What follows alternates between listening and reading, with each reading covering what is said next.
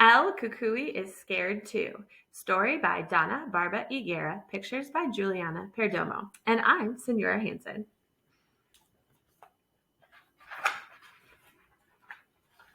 Go to bed, Ramon, or El Cucuy will come and get you. El Cucuy is scared too. Ramon can't sleep.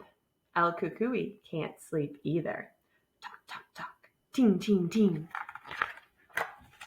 Boom! You're not scared of me?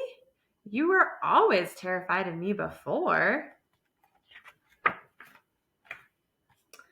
Other things are scarier to me now. El Cucuy sighs. Yo también.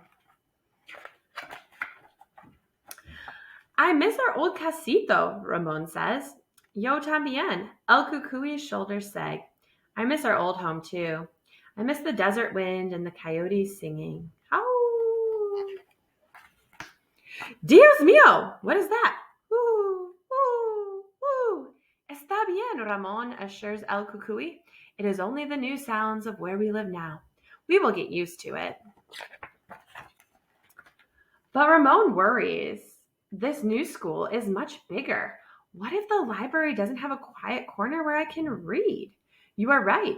Everything here is bigger and larger and lighter. There are so few small, dark places where I can hide. Don't be nervous. You will learn where things are. If you are scared, I can ask a teacher or librarian where there is a safe place for you to go. But now I'm thinking the kids at my new school might not like my old friends, Ramon says. What if my clothes are not like that? What if they make fun of the way I speak? Maybe I should not talk at all. El Cucuy sighs. I don't have any amigos here either. I don't feel like growling or howling. No one will even know to be afraid of me.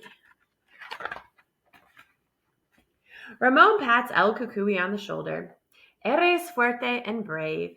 You will make new friends. They might even be afraid of you. You will have to show them that you are strong and valiente.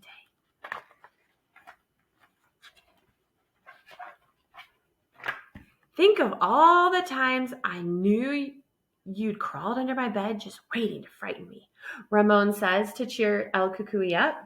You were brave too. You jumped up and down on the bed, so I ran back to my pot. Yes, and do you remember the time you howled outside and scratched on my window to keep me awake? Ay, qué miedo! El Cucuy smiles. You didn't even listen. You sang Siento Lindo to drown out my screeches until you fell asleep. Ramon nudges El Cucuy. Or the time you made your eyes glow from inside the closet? Que horror! And you grabbed a flashlight and shined it right at me, so I had to hide my eyes? You really think I am strong and brave? El Cucuy asks. Ramon grins. Yes, we are. Have a good day at school, mijo. In Spanish, mijo means my son, mi hijo, but they put it all together to say mijo. Just a little author's note. El Cucuy is also known as the Mexican boogeyman, strikes terror in children. The Cucuy sometimes goes by El Cucu or El Chamuco, depending on the region of the southwestern United States or Mexico. But he lives in many South American countries and takes on different forms. In Brazil, she is known as El Cuca. Generations of Latin American mothers and grandmothers have used El Cucuy as a tool to get children to behave. Most families have an El Cucuy. My El Cucuy lived in my abuela's closet, although he often hid behind a large cactus. I never actually saw him, but he was there. Author's note. I grew up in a culture where magical realism was at the core of our lives. This is why many fantastic and scary creatures were often mentioned. These creatures are a mix of wild animals, natures, and lost souls that wander the corners of each Colombian region. My older cousin Pipe used to scare me with these tales. I remember he sometimes mentioned El Coco, a monster who would come after kids if they didn't behave. But after his detailed descriptions, I would still have a wonderful sleep. He, on the other hand, would stay wide awake.